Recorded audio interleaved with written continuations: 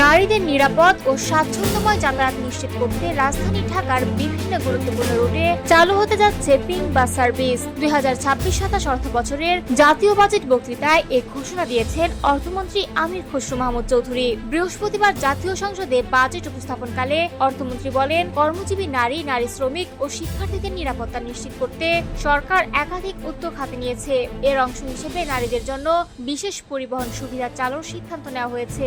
নতুন এই pink bus service হবে সম্পূর্ণ নারী পরিচালিত, যাদের ব্যবস্থাপনা, পরিচালনা এবং সংশ্লিষ্ট বিভিন্ন দায়িত্বে নারীরাই কাজ করবেন। সরকারের প্রত্যাশা, এই উদ্যোগ নারীদের নিরাপদ যাতায়াত নিশ্চিত করার পাশাপাশি কর্মসংস্থানের নতুন সুযোগও সৃষ্টি করবে। এ সময় অর্থমন্ত্রী আরো বলেন, কর্মক্ষেত্রে নারী, শ্রমিক ও কর্মজীবী নারীদের প্রতি যে কোনো ধরনের সহিংসতা, বৈষম্য এবং যৌন হয়রানির বিরুদ্ধে শূন্য সহনশীলতা নীতি কার্যকর করা হবে। পাশাপাশি নিরাপদ আবাসন ও যাতায়াত সুবিধা সম্প্রসারণে সরকার কাজ করে যাচ্ছে। পিঙ্ক বাস সার্ভিসের ঘোষণা দেওয়ার সঙ্গে সঙ্গে সংসদে উপস্থিত নারী সংসদ সদস্যরা হাততালির মাধ্যমে এই উদ্যোগকে স্বাগত জানান। এদিকে বিএনপির নেতৃত্বাধীন সরকারের প্রথম বাজেট হিসেবে 2026-27 অর্থবছরের জন্য দেশের ইতিহাসে সর্ববৃহৎ বাজেট ঘোষণা করা হয়েছে। প্রস্তাবিত বাজেটের আকার ধরা হয়েছে 9,38,000 কোটি টাকা। রাজস্ব আহরণের লক্ষ্যমাত্রা নির্ধারণ করা হয়েছে 6,95,000 কোটি টাকা। বাজেট ঘাটতি পূরণে সরকার অভ্যন্তরীণ ও বৈদেশিক উৎস থেকে অর্থ সংগ্রহের পরিকল্পনা করেছে।